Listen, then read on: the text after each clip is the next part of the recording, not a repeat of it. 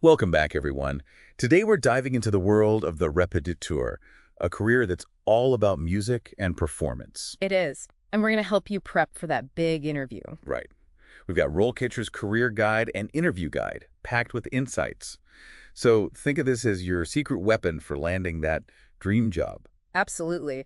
We'll break down those tricky interview questions and give you the inside scoop on what it takes to excel as a repetiteur. Exactly. We're talking about the person who's like the musical backbone for performers, especially singers. Right.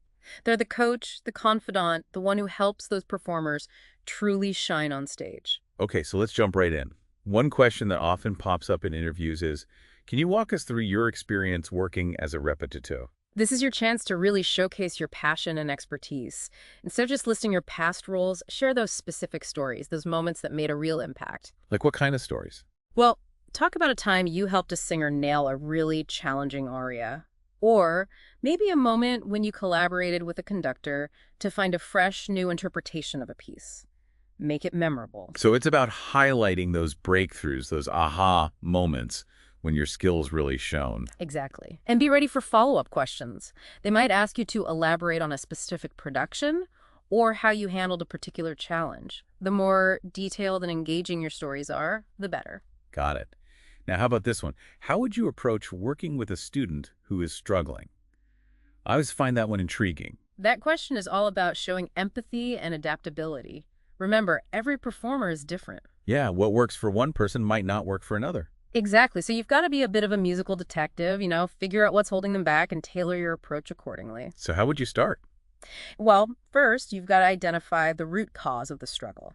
Is it a technical thing, lack of confidence, or maybe they're just not grasping the musicality? And once you've figured that out, That's when your toolbox of teaching methods comes in.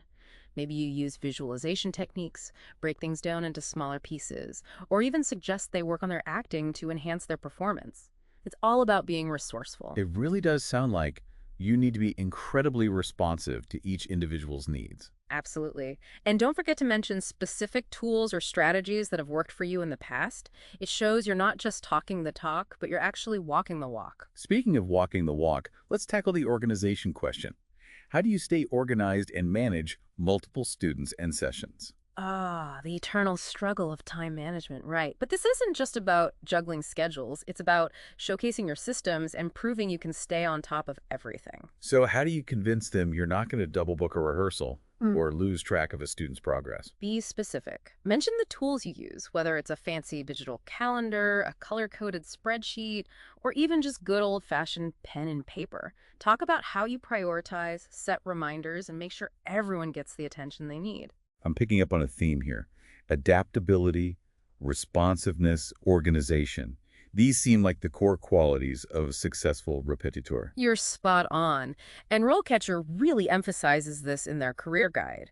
They highlight the importance of continuous learning, staying updated on industry trends. It's crucial in this ever-evolving world of music. And that's where RoleCatcher's AI can be incredibly helpful, right? Absolutely. Their platform can analyze job descriptions and suggest specific skills to put on your CV. It can even help you tailor your answers to these interview questions so you're addressing the specific needs of each role. So it's like having a personalized career coach who knows exactly what those hiring managers are looking for. It's pretty amazing. It's a game changer, especially in such a competitive field.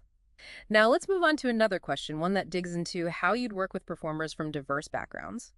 This next question really gets at the heart of being a repetiteur.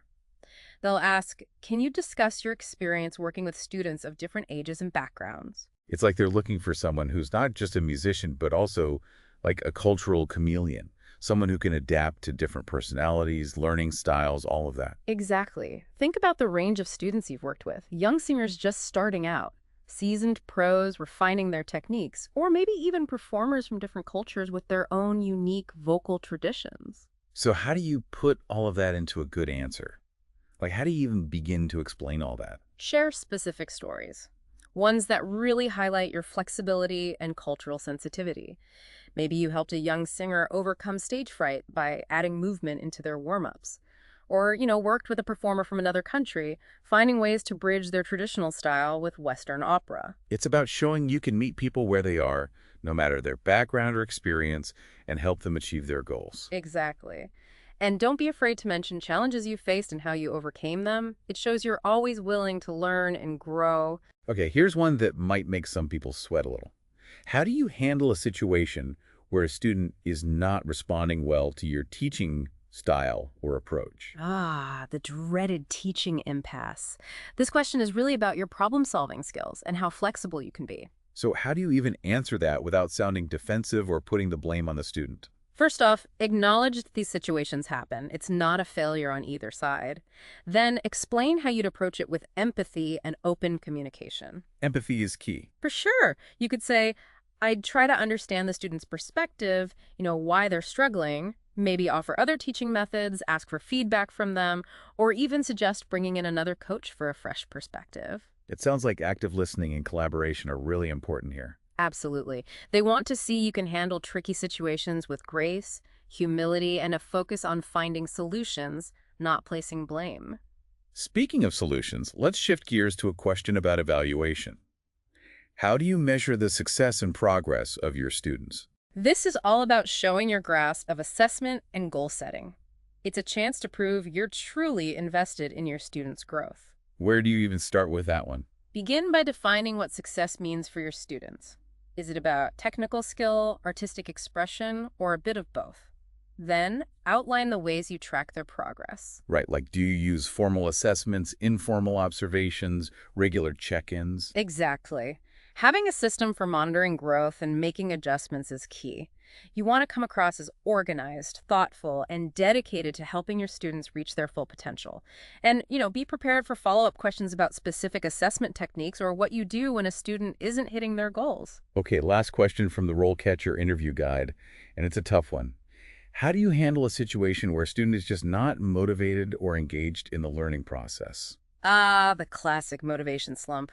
This one's all about inspiring and engaging students even when they're facing challenges or feeling discouraged. So how do you reignite that spark, get them excited about their music again? You've got to get to the root of the problem. Why are they demotivated?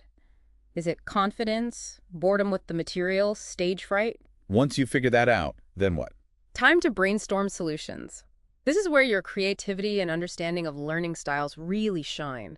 Maybe make the material more relevant to their interests, incorporate different activities, performance opportunities, or introduce them to other musicians who inspire them. It's like you're playing musical therapist, helping them rediscover their passion for music. In a way, yes. Sharing specific examples of how you've motivated students can make your answer really powerful.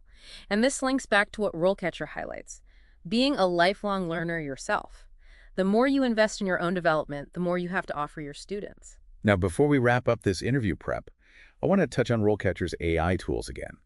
They're so valuable for anyone prepping for a Repetiteur interview.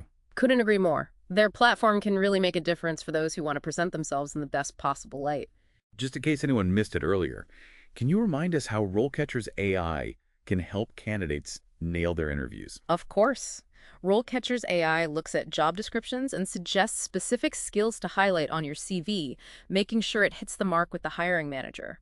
It also gives personalized feedback on your interview responses, helping you refine your delivery, content, the whole package. It's like having a virtual mock interview with an expert who knows exactly what those hiring panels want. Precisely.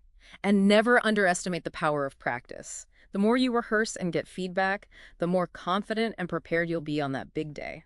This has been a fantastic look at interview prep. We've covered some of the most common questions and shared ways to craft answers that really showcase your skills. It's been a pleasure sharing these insights. Hopefully this has given you the confidence and tools to ace your next Repetiteur interview. And remember, the journey doesn't stop there. A career as Repetiteur is all about continuous learning, growth, and collaboration. So stay curious, keep honing your skills, and never stop exploring the amazing world of music. Now, let's shift gears and delve into the different career stages for a Repetiteur and what you can expect as you climb that ladder. So we've covered those interview questions, but what happens after you land the job? What's the typical career path look like for a Repetiteur? Well, it's a journey, and often it starts with the role of an assistant Repetiteur. Okay, so you're just starting out learning the ropes. Exactly. It's like a real-world apprenticeship. You're assisting with rehearsals, helping prep scores, watching those seasoned repetiteurs, and just absorbing everything. So what would a typical day look like for an assistant repetiteur? What are they actually doing? Oh, lots of things. Assisting in directing rehearsals, maybe helping with musical arrangements or transcriptions, and working with the musicians and singers to make sure those rehearsals run smoothly. And of course, you're the one organizing all those stacks of music scores, making sure everything's in place. So lots of behind-the-scenes action. Absolutely. But it's a fantastic way to build a solid foundation and learn from the best. Then, as you get more experience, you move up to junior repetiteur. All right, so what changes when you become a junior repetiteur? You take on more responsibility. You're coordinating, even leading rehearsals, but still with guidance from a senior repetiteur.